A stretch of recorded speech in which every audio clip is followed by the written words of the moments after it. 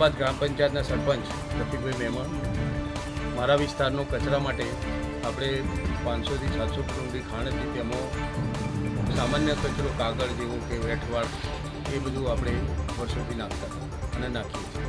અત્યારે હાલ માલીવાડાના વ્યક્તિએ મારા ડ્રાઈવરને અને મારા ટ્રેક્ટરને કહેતો કે તમારે અહીંયા કચરો નાખો 3000 રૂપિયા દર મહિને આપવા પડશે. હું જાતે જતો, મને રૂબરૂ કહેવા મળ્યો કે તમે સરપંચ ગમે તે હો, પૈસા આપવાની વાત કરો, પરબડા આપે છે, કાટવાડ આપે છે, સલાલ આપે છે અને કેમિકલ વેસ્ટ નખાય છે.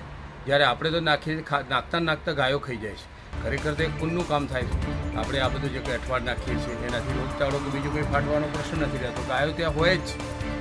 અને આપણે ગામને સ્વચ્છ રાખી અને આ જે પુરાણવાળી વસ્તુ છે, સરકારની ખાણ છે, અભિગમ સરકારનો એ છે કે ખાણ પૂરાય, તો અમારા નાખવાથી તો ખાણ પુરાવાની નથી, પણ સારું કાર્ય થવાનું છે કે પશુઓ જીવતા રહેશે.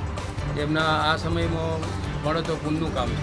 એટલે અમારી જહેરાબાદ પંચાયત પાસેથી જો ખંડણી માંગ આવતી હોય તો એ ખરેખર ગેરવાજબી છે.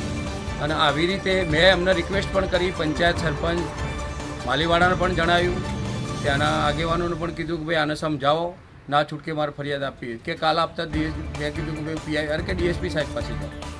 મેં કીધું પીઆઈ સાહેબ પાસે જઈશ.